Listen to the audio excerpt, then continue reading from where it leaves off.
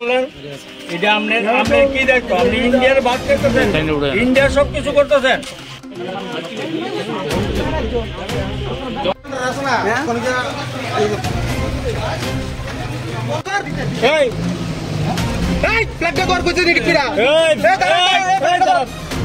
প্রত্যেকদিন প্রায় সময় ওনারা রিস্কার পেছনে বাংলাদেশের ফ্ল্যাগ লাগিয়ে ওনারা বটতলা দিয়ে ফায়ার সার্ভিস দিয়ে ওনারা ঘুরছেন।